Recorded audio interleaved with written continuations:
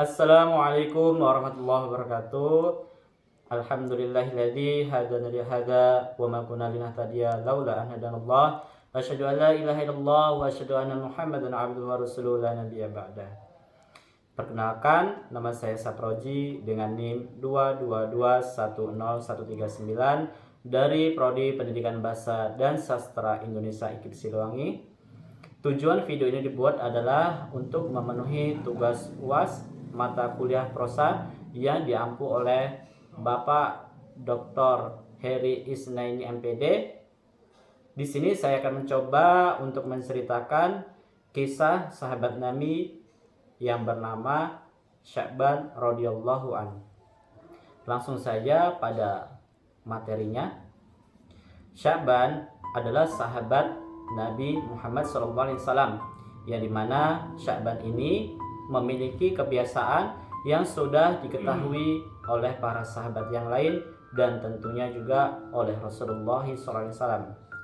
Pada suatu ketika Sya'ban telah datang lebih awal di masjid, dan dia biasanya menduduki masjid di pojok di sebelah kiri ataupun sebelah kanan masjid, yang bertujuan untuk tidak mau diganggu ataupun mengganggu sahabat yang lain yang sedang beribadah.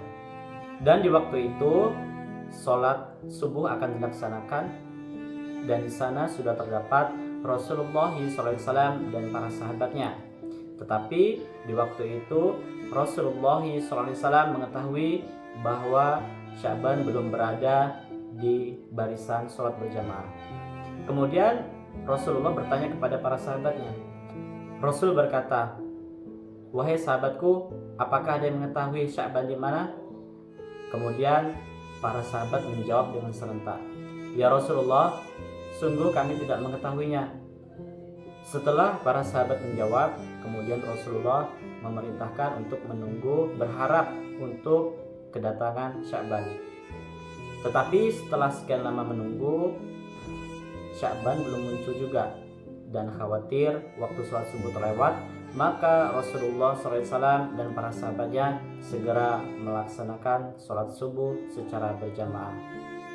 Setelah sholat subuh selesai, belum juga didapati kedatangan Sya'ban. Kemudian Rasulullah bertanya kembali kepada para sahabatnya, "Wahai sahabatku, apakah ada yang mengetahui Sya'ban di mana?" Dan kembali para sahabat menjawab dengan serentak, "Ya Rasulullah, kami tidak mengetahui Sya'ban di mana." Kemudian Rasulullah bertanya sekali lagi, "Apakah ada yang mengetahui rumah Sya'ban di mana?" Dan para sahabat menjawab.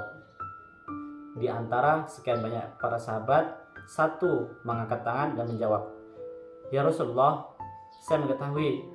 Seketika itu Rasulullah meminta untuk diantarkan ke rumah Sya'ban radhiyallahu anhu, yang tentunya diiringi oleh beberapa para sahabat, yang tentunya jarak antara masjid dan rumah Sya'ban tidak dekat, kurang lebih 3 jam perjalanan kaki. Setelah sekian lama berjalan kaki, akhirnya Rasulullah SAW dan para sahabatnya sampai di rumah Sya'ban. Lalu Rasulullah mengetuk pintu rumah Sya'ban dan mengucapkan salam. Dan dijawablah oleh seorang wanita, yang ternyata wanita itu adalah istri dari Sya'ban. Kemudian Rasulullah bertanya, "Di manakah Sya'ban?" Lalu wanita itu menundukkan kepala dengan berlinangan air mata dan berkata, "Sesungguhnya Sya'ban telah meninggal tadi pagi." Dengan perkataan tersebut, Rasulullah dan para sahabatnya terkejut dan mengucapkan, "Inna lillahi wa inna ilaihi raji'un."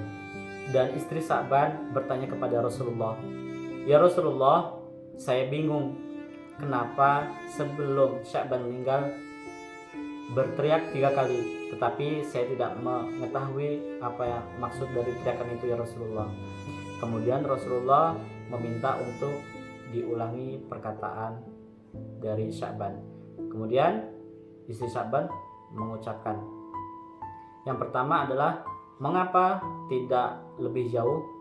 Dan yang kedua, "Mengapa tidak yang baru?"